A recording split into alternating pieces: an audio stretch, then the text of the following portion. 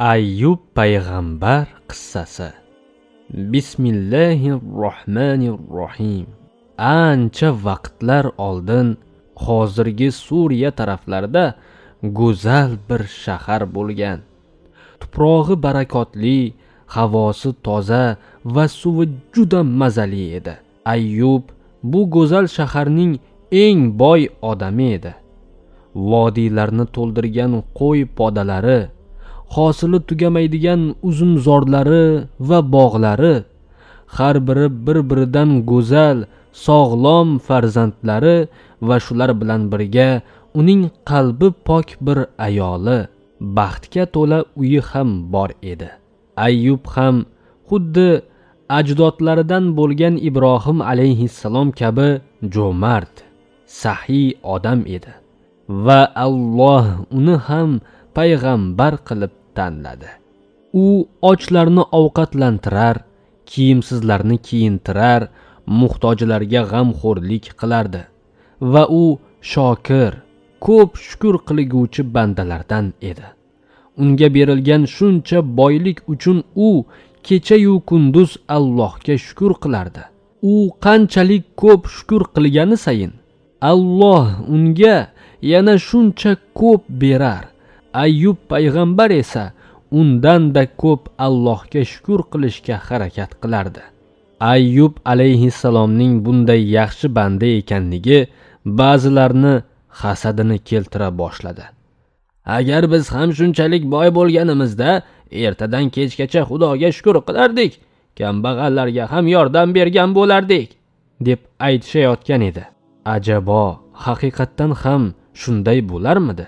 Qiziq, agar Ayyub payg'ambar kambag'al bir inson bo'lganida Robbisiga shunday shukr qiladigan banda bo'lmasmidi?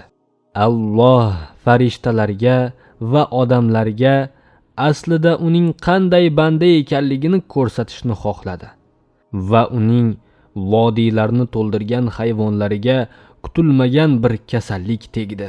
Qo'zilar, sigirlar, otlar va tuyalarning hammasi nobud bo'ldi.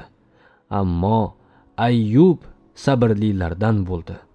Alloh berdi, Alloh oldi, dedi. Keyin keng dalalar, uzumzorlar va bog'lar qurib qoldi. Ammo Ayyub payg'ambar sabrli banda bo'ldi. Uning oilasi juda qattiq faqirlikka duch keldi va bir kuni ularning uylari vayron bo'ldi. Ayyub payg'ambarning barcha bolalari halok bo'ldi. Ayyub yig'ladi. U juda ham ko'p yig'ladi, ammo u sabrli banda bo'lishda davom etdi. Alloh berdi, Alloh oldi, dedi. Oradan bir qancha vaqt o'tgach, Alloh taolo Ayyub payg'ambarga bir xastalik berdi. Kasallik juda og'ir edi. Ayyub payg'ambarning yonida xotinidan boshqa hech kim qolmadi. Hamma uni tark etdi. Yillar shunday azob va iztiroblarga to'la o'tdi. U shunday ulkan bir sabr qahramoni edi. Umuman ahvolidan shikoyat qilmayotgan edi. Iblis uning bu holatidan qattiq g'azablanayotgan edi. U nimadir qilishi, Ayyubni Allohning zikri, eslashidan va unga shukrona aytishidan qaytarishi kerak edi. Ammo uni aldashni uddasidan chiqa olmayotgan edi. Shunday qilib u Ayyub payg'ambarning xotinini aldashga qaror qildi va bir erkak qiyofasida uning oldiga chiqdi. Menga qara qizim, eringga ayt, Allohni zikr qilishdan to'xtasin.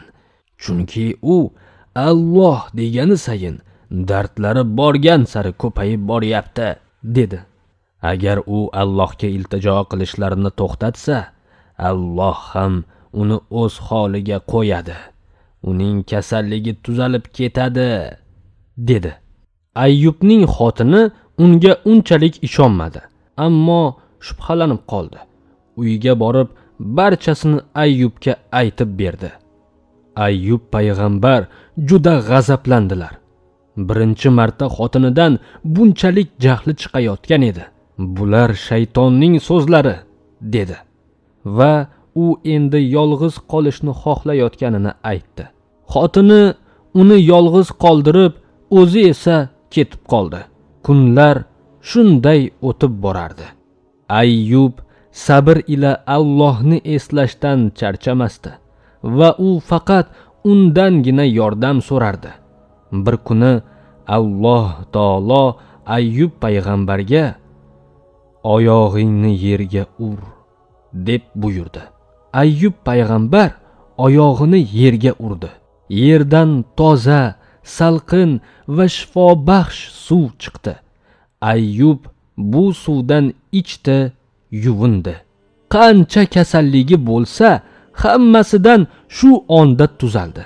Uning barcha yaralari bitdi. Bu Allohning mo'jizasi edi.